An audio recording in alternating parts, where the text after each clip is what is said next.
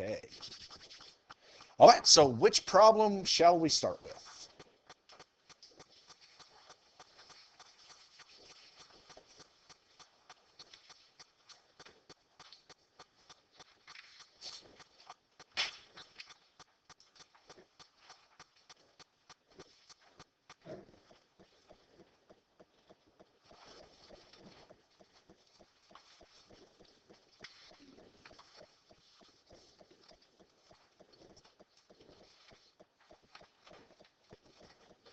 Can we do number 15?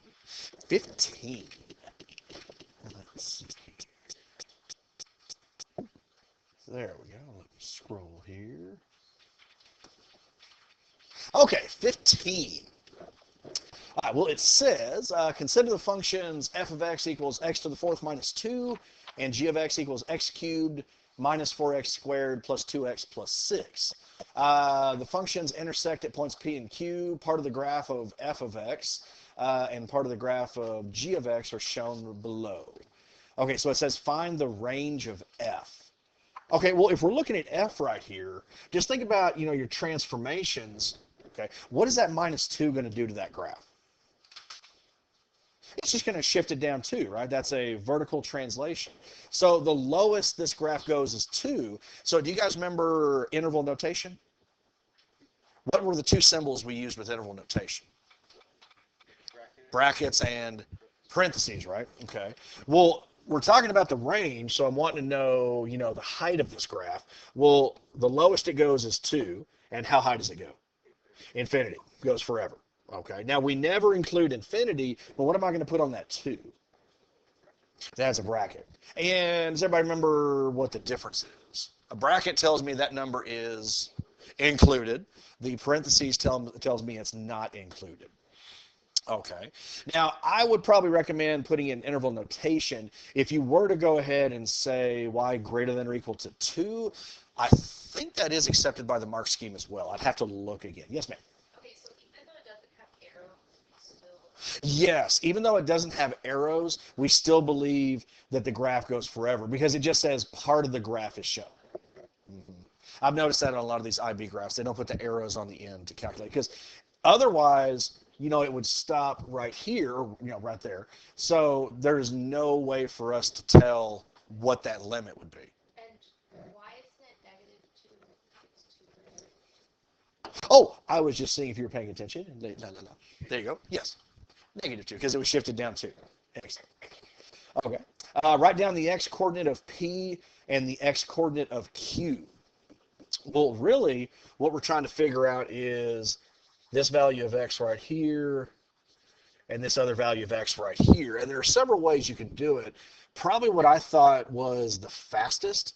Okay. If I'm looking for the point of intersection, then that means algebraically, I'm looking for where x to the fourth minus 2 equals x cubed minus 4x squared plus 2x plus 6.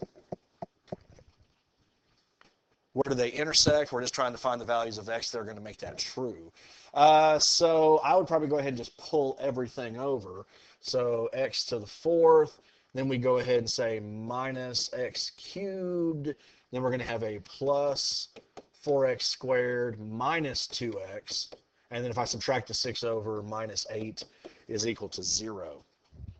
And if your factoring skills are really good, you could probably break it apart. If it was factorable, I would probably, again, just say use the calculator.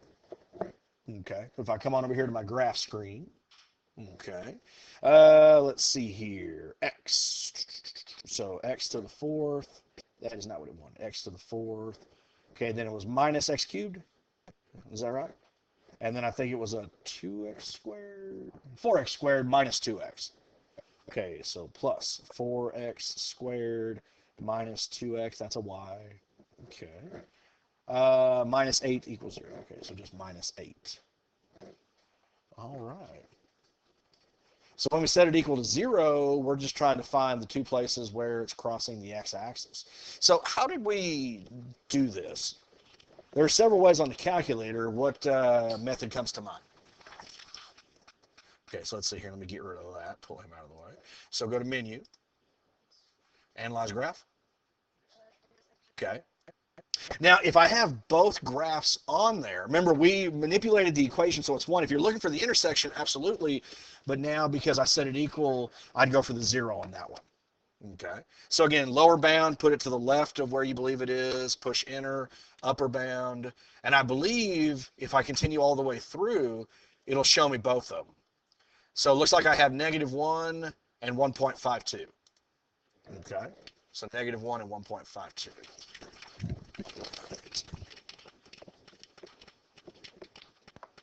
Okay, so x equals -1, x equals 1.52.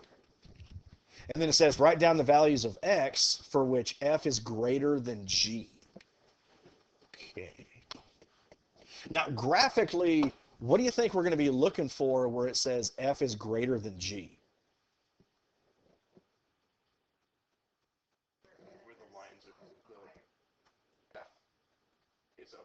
That's exactly right. Graphically, where is f actually above g? And you want to talk about the intersections because, see, here f is above g until I get to that first intersection of -1. And then it's below g until I get to the other intersection. So those are the two regions I'm looking at.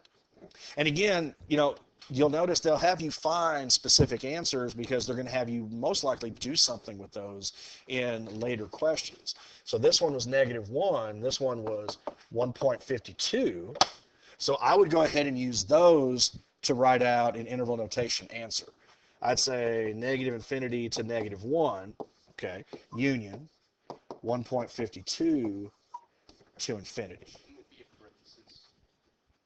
Because they're equal there. It's not greater there. You're right. It does say greater than. It doesn't say equal to. So you're absolutely right. I would go ahead and change that back to that. There we go. Now, if there was equality, then I'd go ahead and put the brackets in there. There you go. All right. Who asked about that one? Okay. Michelle, does that make sense? Okay. What else?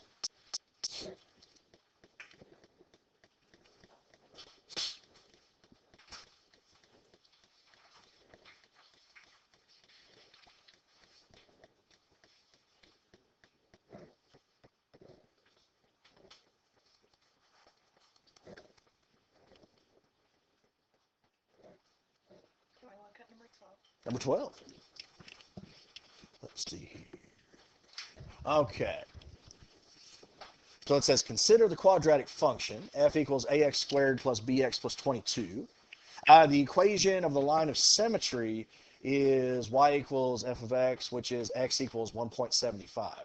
So using only this information, write down an equation in terms of a and b. So what they're asking for here is something very specific. You use this to not only find the axis of symmetry or the line of symmetry of a parabola, but you also used it to go ahead and find the x value of your vertex. Do you guys remember that little expression involving a and b? Does anybody remember what that is? There you go. It was the opposite of b over 2a.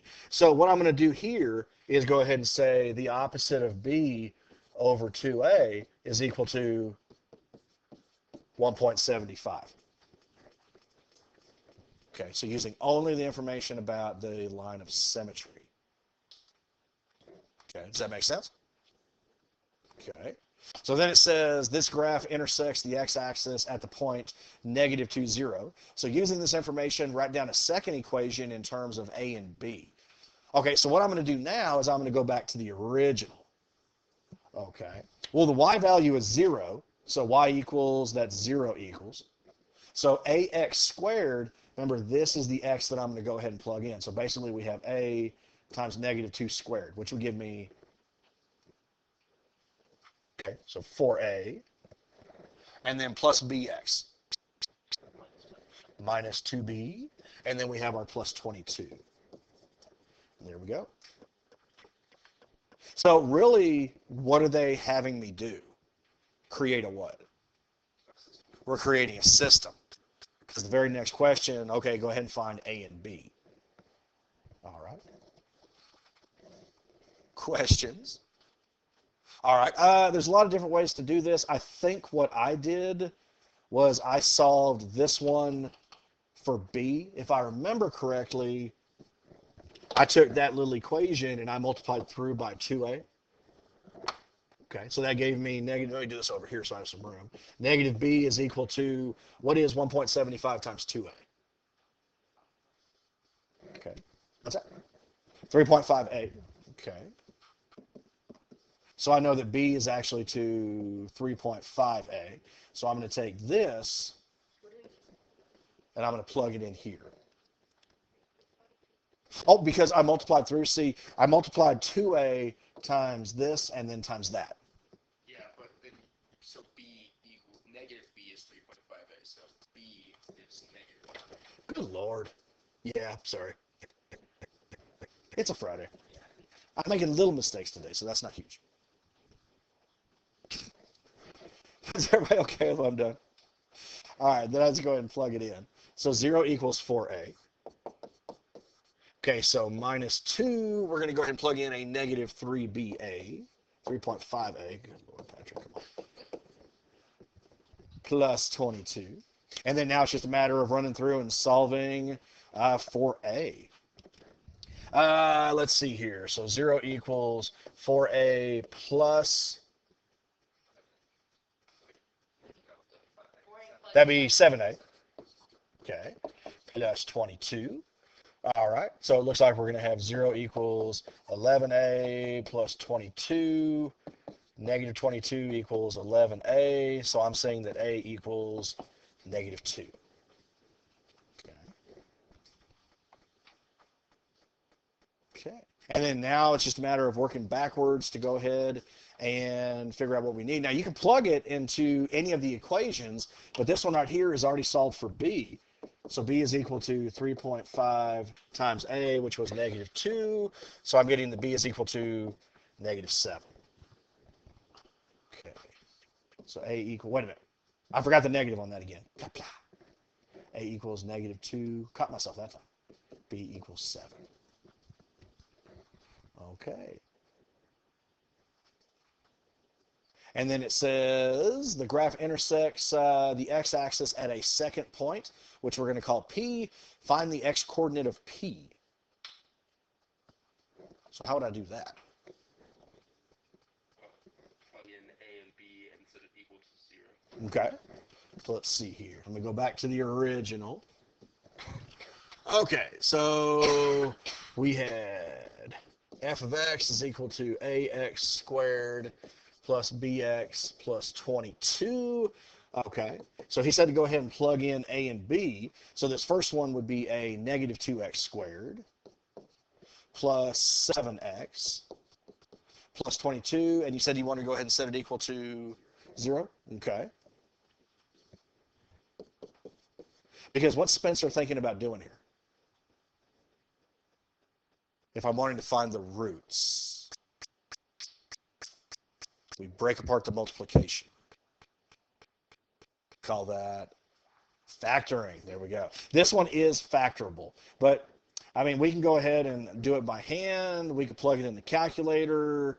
What would you guys like to do? Can we do it in the calculator? Do it in the calculator? Sure. Okay. Now remember, in this standard form, here's A, here's B, and there's C. Okay. So if I come on over here, let me go back to my scratch screen. Okay, so I'm going to go to menu, algebra, polynomial tools, find the roots. Okay. And then he goes A, B, C. So what was it? Negative 2. Then it was a 7 and a 22, right? Okay. So it'll write out the function for me. And there we go. So there's the one that they already provided. It said it crossed at negative 2, 0. So the other one's got to be 11 halves. Okay. So state the x coordinate of P. It's got to be 11 halves 0.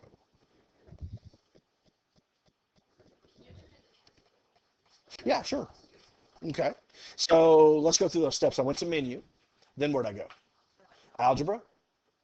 Now remember, this is going to be really useful to you. Numerical solving any equation. I wouldn't solve the quadratics there because it typically only gives you one root. Solving a system, polynomial tools, and we found the roots. So the degree is 2. That means the largest power. It's going to be real, meaning we should be getting some real values. And then I just plugged in. It always goes from the top. There's A, B, and C.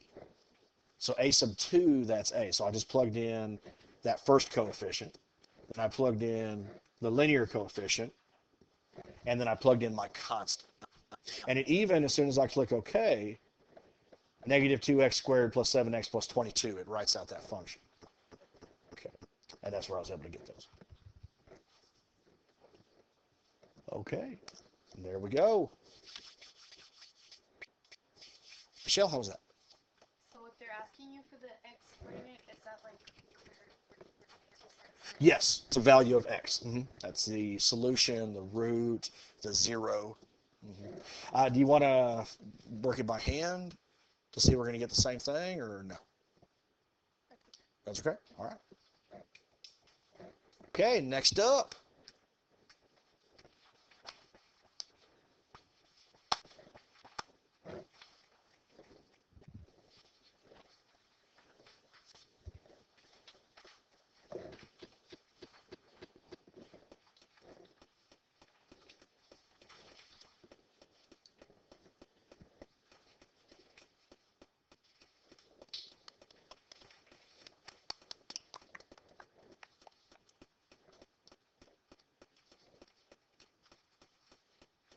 I don't remember if we already went over 13. 13. Honestly, I don't know either. Malthouse? I don't think we did this one. I don't think we did it. Okay. All right, so Malthouse School opens at 8 every morning. The daily arrival times of the 500 students at Malthouse School follow a normal distribution. The mean arrival time is 52 minutes, and the school opens, and after school opens, and the standard deviation is 5 minutes. Okay, so there's my standard deviation. There's mu, the mean. Find the probability that a student chosen at random arrives at least 60 minutes after the school opens. So the fact that it's normally distributed means I'm going to have a graph that looks like this. Okay. The mean is going to be right here in the middle, so that was 52. And then we like to go above and below how many standard deviations? Okay, 3. So 3 above, 3 below. And like, for example, because this is 5 minutes on the standard deviation, to go above you would add, so that would be 57, 62, 67. And then to go down, you would what? Okay, then you go ahead and subtract, so that would be 48. Whoop. Just saying if you're paying attention. Gummit, man. 42. And then the other one would be 37. There we go. I know math. There we go. All right. Now, again, if it was asking you for the probability of an actual value found here, then you just have to remember the percentages below the curve. 99.7% of the data is going to be below. Within one standard deviation, you had 60. This isn't part of the problem. I'm just kind of reviewing you. Oh, a little higher. A little higher. A little lower. 68%. There we go. Within one standard deviation was 68%. Within two standard deviations was 95%. And then within 3 was the 99.7. Okay, so we're looking for 60%. So let's say 60 is right about there. And if you look at your mark scheme, they actually do give you credit for drawing a graph like that. What they're really looking for is the probability of finding a student. Now it says at least 60 minutes. So that would be greater than or equal to, or just greater than? Greater than 60. And honestly, whether you include the inequality or not has no bearing on it. Now, luckily, we've talked about this before. You do not have to calculate z-values, which is what you would have to do if you were going to try to do this without the technology. Where do I go from here? So technically, yeah, but like I said, it really doesn't matter in this case. So what about... Okay, what about the keystrokes? Where do I go? Okay. Menu.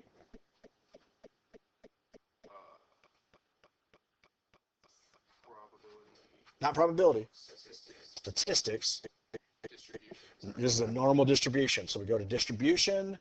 CDF. Normal CDF is what we want. Yes, CDF.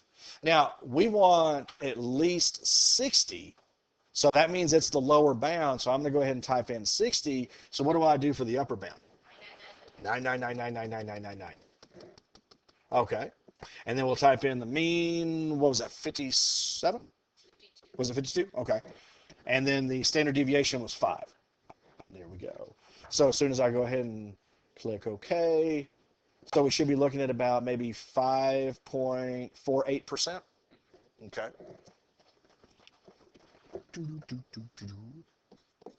About 5.48%. Okay. Arrives between 45 minutes and 55 minutes after the school opens. Okay, so this time we have a lower and a upper. So the probability of 45 less than X less than 55. Okay, so help me with the keystrokes again. How did I get there? Menu, statistics, distributions, normal CDF. Okay, so the lower was 45. Then it was 55, right? Okay, then we have standard deviation 52 and 5. Okay. Okay, so I'd say about 64.5. Okay, 64.5%, a much higher percentage. There we go. And then it says at a second school, or even before I continue, is everybody okay with how I did that? Any questions? Okay. At a second school, Mulberry Park also opens at 8 every morning. The arrival times of the students at this school follows exactly the same distribution as Malthouse School. Given that on one morning, 15 students arrive at least 60 minutes after the school opens, estimate the number of students at Mulberry Park. Okay, so here's what you got to think about. Let's say that X is the number of students that we're talking about. What I did when I worked this problem was I just kind of thought about what needs to be done. You'll notice, is there anything familiar in this question? It is the exact same time. So again, you found a prior answer that you're now using. We want to use this percentage. So this percentage of how many students is going to give me 15. Okay, so I'm going to go ahead and say 0.0548. X is equal to 15. And then how would I solve that? Divide through. Okay. Well, I'm going to go ahead and use the actual value in the calculator. So I'm going to go ahead and say 15 divided by, there we go. Got that one. So again, this is one of those cases. Should we go ahead and say 273 or 274? 274. So let's say about 274 students.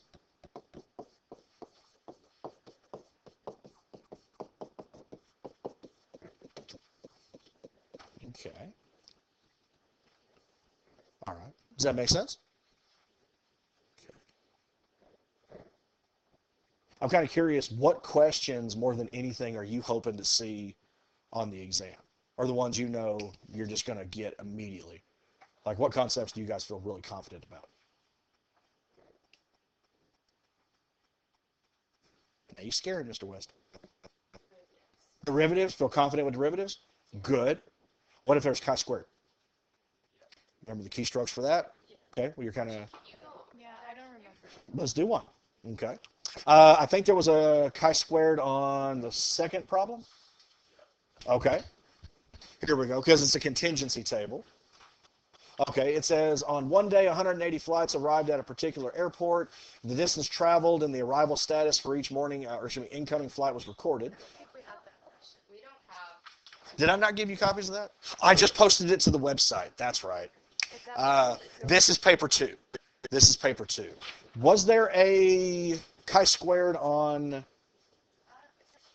There wasn't one on this one? Truth table...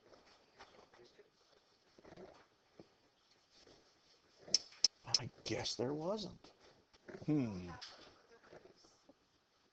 Was there one on review 6? Let's see. No, I had your review 6. Let's see here. I honestly don't remember. It's been a while since I've looked at review 6. I don't think. And if not, I mean, we can just go back and we can just kind of follow along if it's the keystrokes, that we're Yeah. really just looking for. Okay, so there's a derivative problem. There's a correlation problem. Yes. You don't have a review 6? Okay. So let's see here. There's review 3, review 2, 4, 1, there's a review 5, review 6. Okay. Okay. Okay, this one's another derivative. That's a geometry problem. Nope, there's not one of those on there. So I'll tell you what, we'll just go ahead and run through this one. We'll just kind of follow along. Okay, what was it? It was the second one. So it would be 19. There we go. Okay. All right. And I'm sorry about that. It's online. I never had time to copy those. Okay. But thank you. The results are shown in the following table. All right, so we have on time, slightly delayed, and heavily delayed versus at most 500 kilometers, between 500 and 5,000, and at least 5,000 kilometers. Okay, so let's see here. A chi-square test is carried out at the 10% significance level to determine whether the arrival status of incoming flights is independent of the distance traveled. State the alternative hypothesis. Okay, now, remember, there were two statements, the null and the alternative. Which one was the alternative? The one that says There that they are is The one that says they are not not independent, yes. So the null hypothesis is usually H naught, while the alternative hypothesis is H sub 1. So what are we talking about here? How do you want to classify these? Distance traveled and status of the flight, I guess. Okay. Distance traveled and status of the flight. Distance traveled and status of flight are not independent. There we go. So the null hypothesis would be basically the exact same thing, except they are independent. Okay. Calculate the expected frequency of flights traveling at most 500 kilometers and arriving slightly delayed. So at most 500 kilometers. Okay. So at most 500 kilometers and slightly delayed. So I'm looking for the expected frequency value of this one. How would I do that? 60 plus 45 divided. There you go. You take the sum of that column's total, you take the sum of the rows total, you multiply those together, and then you divide by the total number in the table. So this would be 60 times 45 divided by the 180. And it may very well show up like that. They simply want to know, without the technology, would you be able to find the expected value? Okay, so let's see here. 60 times 45 divided by 180. Okay, so I'm getting 15. Okay, all right, 15. Write down the number of degrees of freedom. How do we find that? Okay, so this is number of rows minus 1 times the number of columns minus 1. Okay, so we've got 3 by 3. So 3 minus 1 times 3 minus 1, we're going to end up 2 times 2, which is 4. Okay, then it says write down the chi-squared statistic and then the associated p-value. Okay, so this is where the keystrokes are going to come into the calculator. I don't remember these off the top of my head, so I'll do this. Okay. Hey, would you go ahead and, when I pull up the matrix, go ahead and tell me what the values are? Okay, so let me go ahead and clear this out. Let's see. I know I'm going to go to menu. I'm going to go here. It was a 3 by 3, correct? Okay. All right, so what are my values?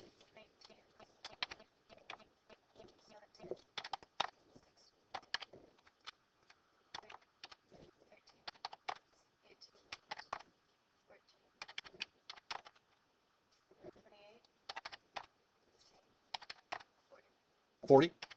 Okay, so there's the data from the table. Okay, so what do I do with this? Remember, we store it, so I'm going to hit Control Variable. We can store it as whatever you want. I'll just store it as X. Okay, so the matrix is in there. Now where do I go? So menu, statistics. This is a stat test. GOF or two-way? Two-way, because it's a two-way contingency table. Okay, we're going to type in X, and there we go. So there's my chi-squared value. So let's say 9.55. Go ahead and write this down. Thank you. So 9.55. And then the associated p-value is going to be right below it, 0.048. Okay, or I should say 0.0488. There we go. There we go. There we go. And let's see here. Let me go ahead and pull this up to show you. We were correct about the degrees of freedom. We got 4. How do I pull up the expected frequency table? Okay, this button right above 9, go ahead and click variable. You got this whole list. We want EXP matrix, expected matrix. Okay, we'll choose that, push enter. Okay, and you'll notice that one that we found by hand, that did come up as 15. Okay, so there we go. Okay, and I believe this problem continues on the next page because these second paper problems are much longer. Mm-hmm. There's only 6 on the other one, yes. Okay, but they are more involved. Okay.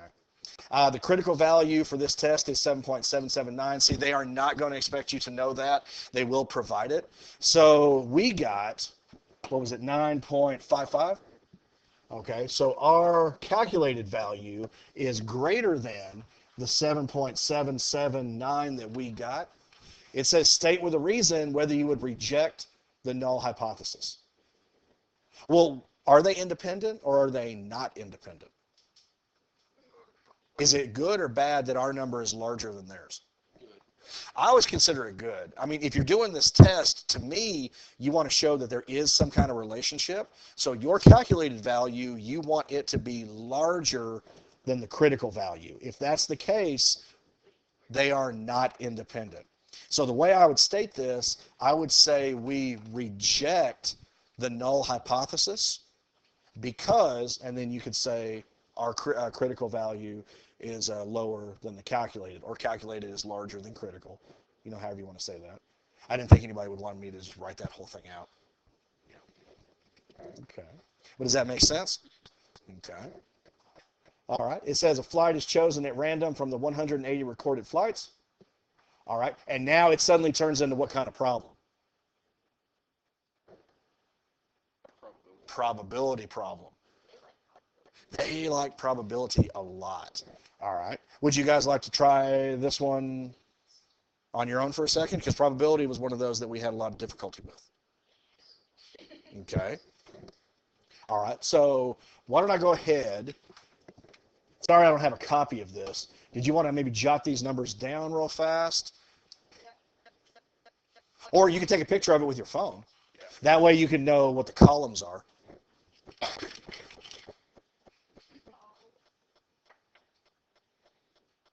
I gotta do an action shot like I'm in deep in thought. And there I had an epiphany.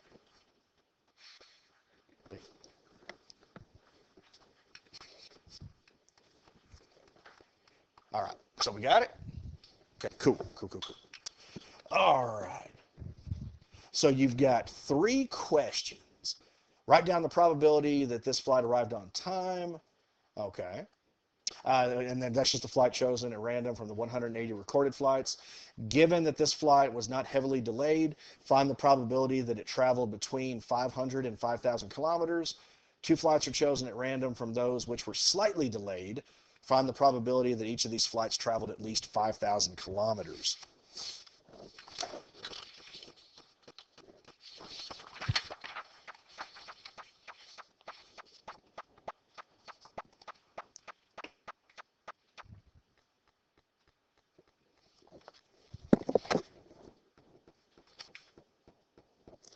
And then what I'll do after a couple of minutes, I'll just write down the answers, and we'll see how we compare.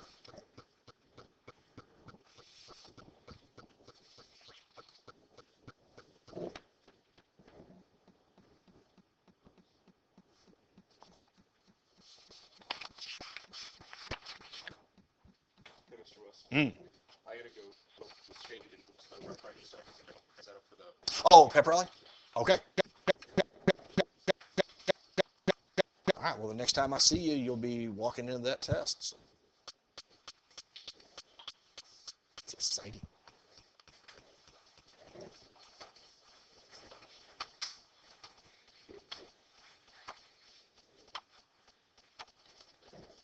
What's the pep rally for? All spring sports. All spring sports. Oh, yeah. Got it.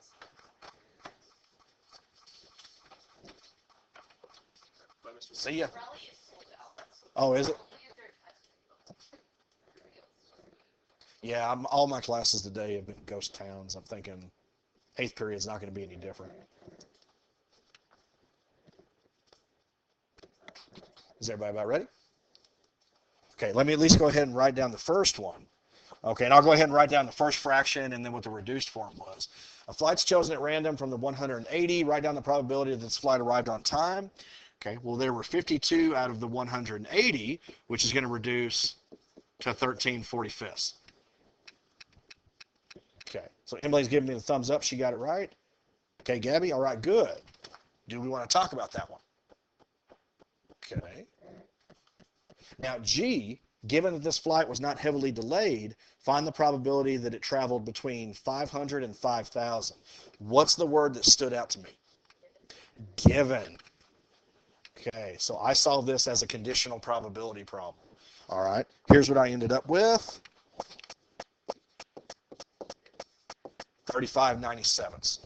Can Yes. you explain that one, how you got to that? Okay, let's go ahead and talk about that one. Now, what I did was they kind of switched the wording around, but I went ahead and said, okay, we're looking for the probability of between 500 and 5,000. Okay, we're talking about kilometers here. Intersecting, not heavily delayed.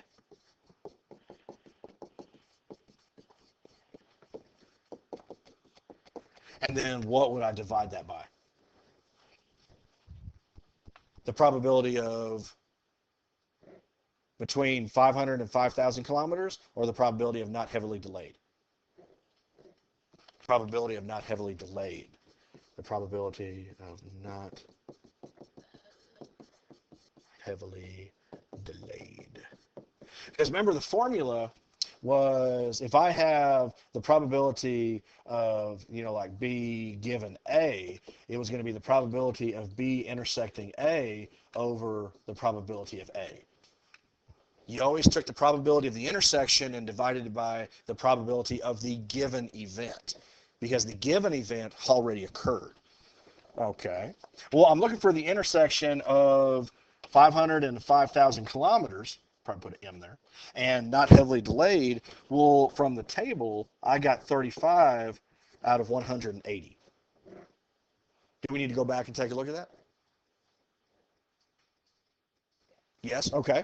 So think about this. We want the intersection between 500 and 5,000 kilometers and not heavily delayed. So if I come back over here to the table, okay, well, here's between 500 and 5,000 and not heavily delayed. So what would you say here? It said not heavily delayed, so I would choose these two. That's where I got the 35 from. Okay. Now, the second part of that was to go ahead and divide it by the probability of not heavily delayed. So I'm going to divide this by, what I got there was 97 out of 180. Okay, so let's go back over here. Where did I get the 97 from?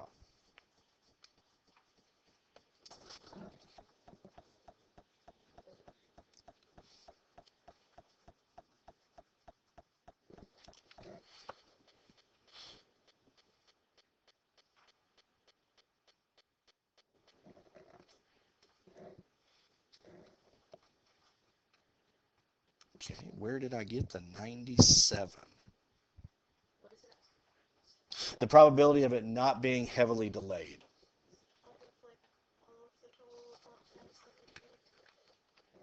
That's where I got my 97 from. Yes. Because, see, not heavily delayed means I'm removing all of those right there. Okay. So that's where I got the 97 out of the 180.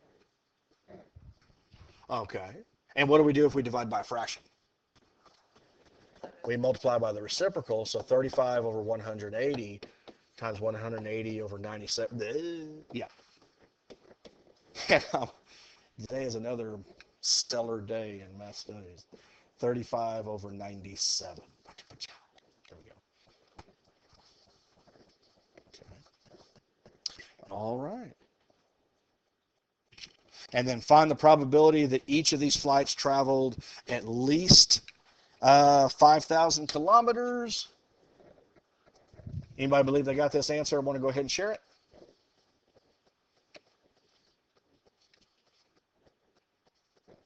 Okay. All right. What I got was 91 990ths, or 9.19%. Okay. So 2 flights were chosen at random from those that were slightly delayed. Okay. So let me come on back over here. 2 flights were chosen at random from slightly delayed. So I'm looking at this middle row right here. Now it says, find the probability that each of these flights traveled at least 5,000 kilometers. Okay. So what would be the probability of just choosing one flight that was slightly delayed and traveled at least 5,000 kilometers? How many of those do we have? 14 out of 45. So 14 45ths. Now what would be the probability of choosing a second flight from the exact same location? Because there's only 13 left, because I've already taken 1 out of 44. And then we just multiply those straight across. I got 182 1980, which does reduce to your 91 990ths. There you go.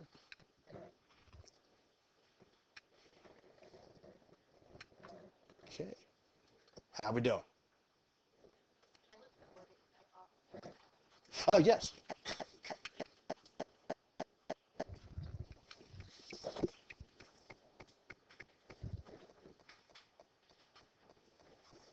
Yes. No problem with it. I think the one about chi-squared, I was gonna ask Uh-huh. you, when you went to the x squared critical value, and why, when did we do the GOF? Like, what was that? Goodness of fit? We did not. That is a separate statistics test. That is not going to show up on the test. But we didn't use it this year. No. We did not. So what happens if you don't pass the test? As far as the class goes, I mean, you'll still earn credit having passed, and get credit for whatever your degree plan is set up, but that could play into possibly not getting your IB diploma. But see, here's the thing.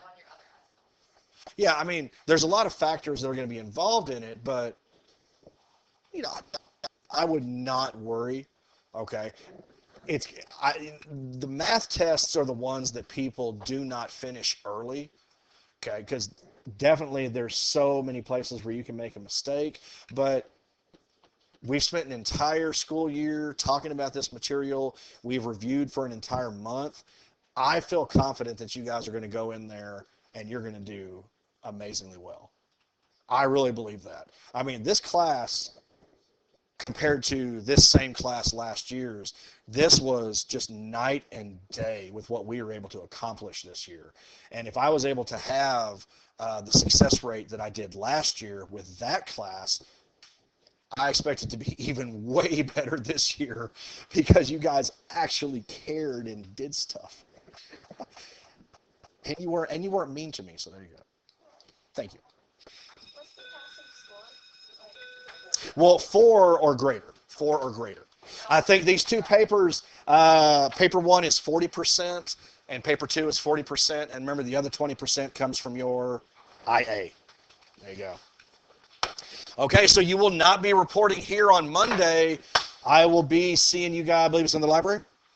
I'll be seeing you guys in the library just before 1 o'clock. So good luck, guys. Have a great weekend. Appreciate it.